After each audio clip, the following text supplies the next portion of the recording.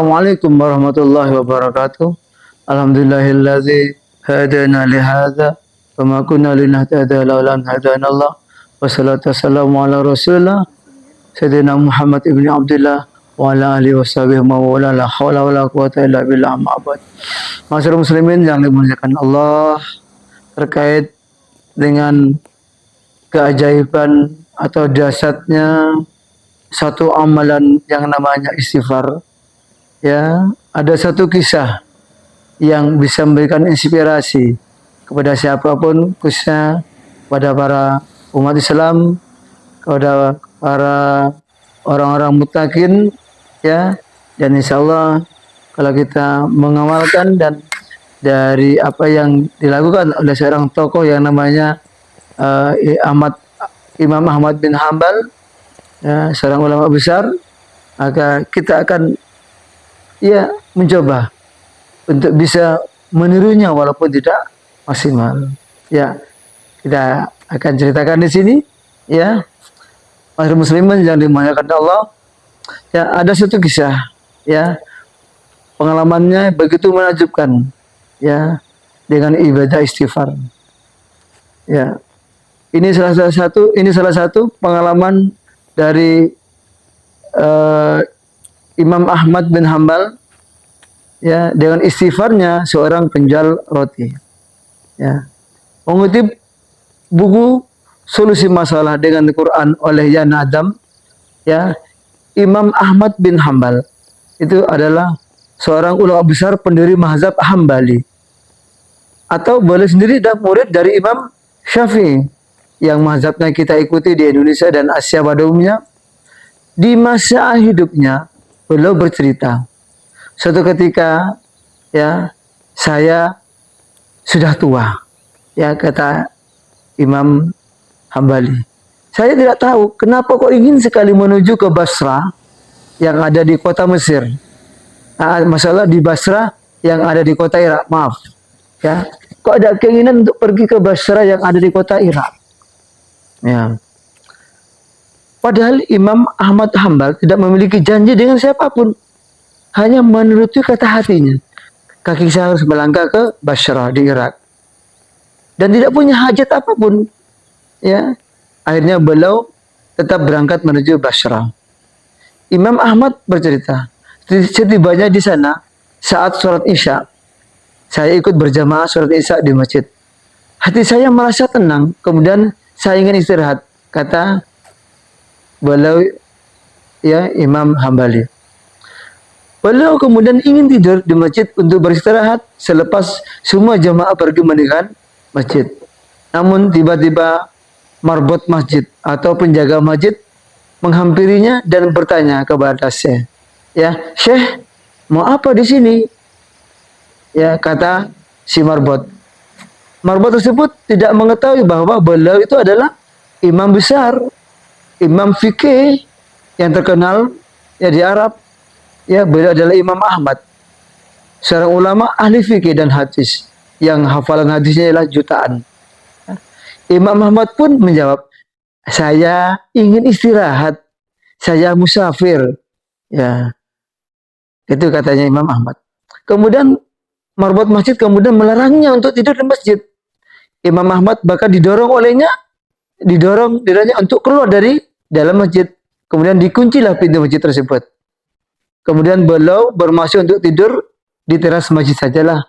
Kalau tidak boleh dalam masjid, saya tidur di teras masjid sajalah, kata beliau Imam Ahmad bin Hambal. Tetapi ketika dia tidur-tiduran di teras masjid, lagi-lagi si marbot tadi datang, ya, menghampirinya dan bahkan memarahinya. Masya Allah, dia nggak tahu kalau beliau imam besar.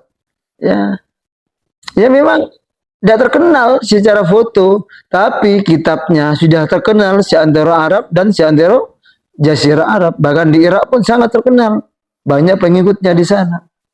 Ya, karena memang tidak ada medsos seperti sekarang. Orang terkenal satu hari sudah terkenal untuk sampai ke seantero dengan fotonya dan dengan keluarganya. Ini tidak terkenal wajahnya, hanya kitabnya yang terkenal. Ya, Masya Allah. Kemudian si marbot masjid itu berkata kepada imam, di dalam masjid tidak boleh, ya, di teras masjid pun juga nggak boleh dibuat tidur. Ya, Imam Ahmad mengatakan, ya. Kemudian si marbot terus sambil mengata-ngatai gitu dan mendorong ya si imam tadi keluar dari masjid. Ya, didorong terus sampai keluar di teras masjid. Masya Allah. Ya. Di samping masjid tersebut ada sebuah toko roti. Ya, jadi di samping masjid ada sebuah toko roti. Ya, merupakan sebuah rumah kecil sekaligus juga digunakan untuk berdagang roti. Ya, penjual roti pun sedang membuat adonan roti sambil melihat kejadian itu. Jadi sambil mengintip, sambil melihat loh, kok ada orang didorong-dorong itu. Ngapain si marbot itu kok memaksa mendorong, apa ndak kasihan, dalam hatinya begitu. Kemudian dia timbal apa tumbuh hatinya ibah. Kemudian si penjual roti memanggil Imam Ahmad dan berkata, mari Syekh, ya kesini aja bersama saya ini di rumah saya yang kecil ini. Ya, tidak perlu di masjid. Tempat saya walaupun kecil bisa untuk di masjid dan saya senang, kata si tukang roti itu. Kemudian ya Imam Ahmad kemudian masuk ke rumah penjual roti tersebut dan duduk di belakang penjual roti dan tidak memperkenalkan dirinya. Hanya berkenalan salaman saja, saya siapa-siapa tidak. Ya, kemudian tapi si penjual roti begitu baiknya. Mari saya masuk. Ya istirahat di sini aja. Besok nanti kalau sudah subuh bangun sholat lagi. Jangan tidur di masjid. Memang tidak boleh, kata si tukang roti itu. Ya. Kemudian Imam bin Ahmad selalu melihat bagaimana penjual roti itu beraktivitas dalam melakukan adonan roti. Ya, ketika dia mengamati ya si tukang roti itu mengaduk-aduk adonan ya sambil melakukan istighfar. Mengaduk sekali istighfar. Ya, mengaduk sekali melembaskan dan menghancurkan tepung istighfar. Astagfirullah. Astagfirullah. Astagfirullah itu banter dan Imam Ahmad mendengarnya. Ya, memotong roti-roti kecil-kecil sekali potong istighfar. Astagfirullah. Astagfirullah. Jadi memasukkan bumbu garam, astagfirullah. Lalu memasukkan telur untuk diadonkan kepada tepungnya, astagfirullah. Mengaduk lagi, astagfirullah. Ya, ini selalu beristighfar. Kemudian dalam hatinya beliau Imam Ahmad bin Hambal bertanya kepada penjual roti, sudah berapa lama kamu lakukan ini beristighfar dalam setiap langkah di saat menjual dan mengaduk roti? Ya, kemudian dijawab, sudah lama sekali saya menjual roti sudah 30 tahun dan semenjak itulah saya lakukan. Saya selalu istighfar. Istighfar terus. Langkah saya istighfar, tangan saya gerak istighfar. Ya. Kemudian Imam Ahmad bertanya lagi, apa hasil dari perbuatan istighfar itu, wahai penjual roti? Kemudian penjual roti itu kemudian menjelaskan, lantaran wasilah istighfar, lantaran saya mendawamkan, mengistiqomahkan membaca istighfar, ya tidak ada hajat yang saya minta kecuali pasti dikabulkan oleh Allah Subhanahu wa Ta'ala. Inilah jawabannya si penjual roti. Semua hajat apapun yang dia katakan, Allah langsung memberikan, ya memberikan, mengijabai apanya di keinginannya. Jadi semua yang saya minta kepada Allah langsung saya terima. Itulah hebatnya istighfar, kata si penjual roti. Semua Allah mengabulkan kecuali satu, kata si penjual roti. Apa itu?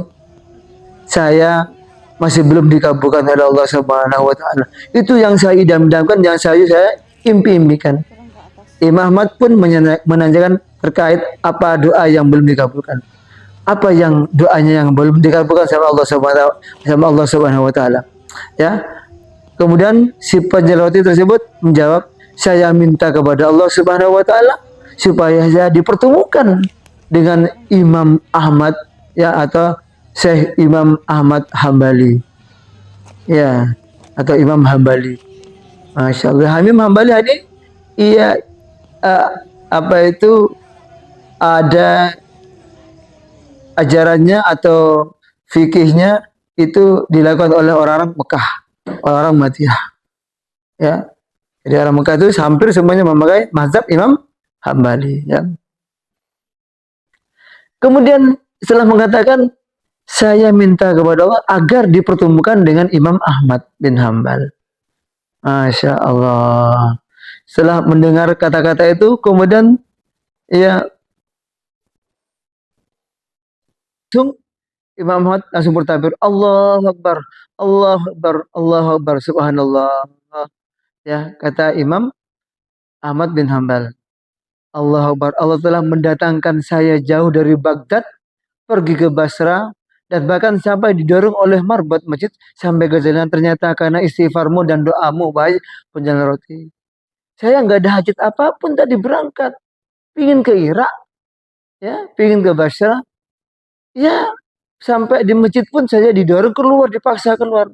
Ya, hanya karena doamu itu, karena doa istighfarmu itu sehingga saya sama Allah SWT didorong ke sini untuk bisa sampai menemui kamu.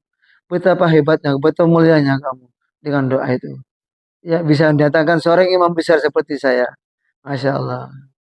Kisah ini menjadi hikmah istighfar yang akan membawa kelapangan dan rezeki dan di arah yang tidak disangka-sangka. Ya, ya. Barang siapa yang memperbanyak istighfar, niscaya Allah memberikan jalan keluar bagi setiap kesedihannya, kelapangannya untuk setiap kesempitannya, dan rezeki dari arah yang tidak disangka-sangka. Hadis riwayat Ahmad bin Amr Abbas dan syaratnya dinilai sahih oleh Al-Hakim serta Ahmad Syakir dan sebagai ulama, ya, beberapa ulama juga ada mendhaifkan. Demikian kisah Imam Ahmad, ya, dan istighfarnya penjual roti, ya. Semoga kisah ini memberikan manfaat, memberikan inspirasi.